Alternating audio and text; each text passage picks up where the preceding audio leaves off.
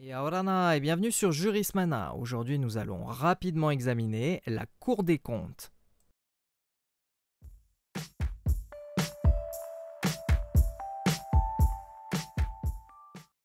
Créée en 1807 et présente à l'article 47-2 de la Constitution, la Cour des comptes contrôle l'utilisation des fonds publics et contribue à l'évaluation des politiques publiques.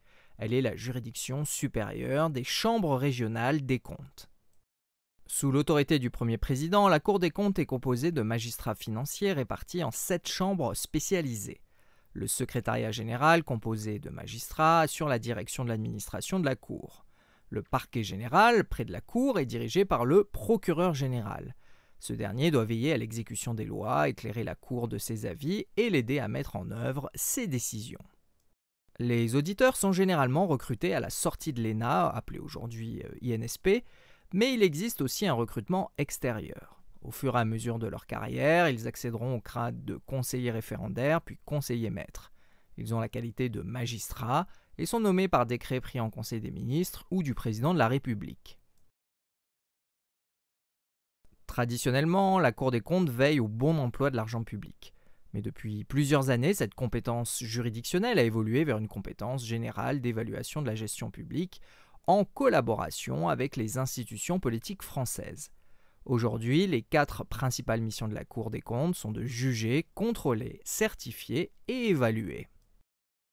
Première mission, la Cour juge les comptes des comptables publics. Sa compétence s'exerce sur environ 1 millier de comptes. Historiquement, il s'agit d'une des premières missions de la juridiction.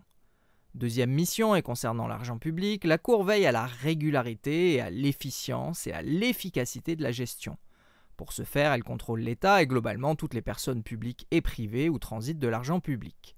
Troisième mission, la Cour certifie les comptes de l'État et du régime général de la sécurité sociale, mais aussi du Sénat et de l'Assemblée nationale depuis 2013. Quatrième et dernière mission principale, la Cour assiste le Parlement et le gouvernement dans l'évaluation des politiques publiques.